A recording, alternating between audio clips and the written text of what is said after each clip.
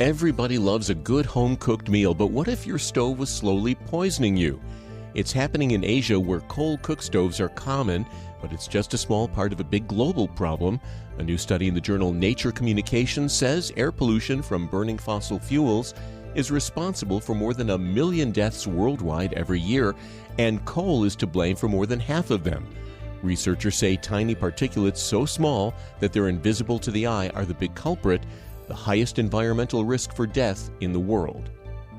If you were born 200 years ago, you'd be lucky to celebrate your 40th birthday. Since then, the average human life expectancy has increased dramatically. But a study in the journal Nature Communications says it's not because we're slowing down aging. People who make it to old age today don't die much later than they did in the early 1800s, but very few people die in infancy. Now, it's no big deal to make it to adulthood, but it's still okay to throw yourself a birthday party.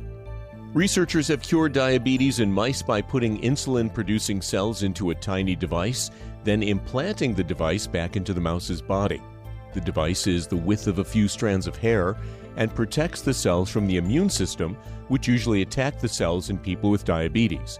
A study in the journal Science Translational Medicine shows that microscopic holes in the device create a Goldilocks zone for insulin cells. The holes are big enough for oxygen and nutrients to enter, but too small for damaging immune cells. Previously diabetic mice have lived for more than 200 days with the implant without taking any drugs.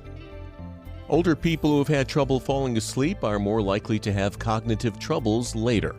A study in the journal Sleep asked people over age 50 about a variety of insomnia symptoms back in 2002. 14 years later, scientists correlated responses with cognitive problems the patients developed. Only trouble falling asleep was linked to problems remembering or concentrating more than a decade later. Smartphones should have a bedtime too. A study in the journal Sleep Health shows middle schoolers often don't get a full night's sleep if they use devices like smartphones, laptops, or tablets within an hour of bedtime. And once kids can't get to sleep, they're likely to spend sleepless hours looking at screens. The ongoing cycle has long-term health effects like chronic inflammation and obesity. Researchers say parents can help by putting devices to sleep before the kids. And finally, 25% of adults say they simply don't want children, and they're perfectly happy.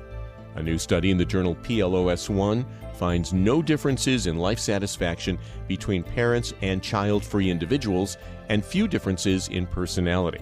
However, people who have kids feel substantially less warm toward people who don't.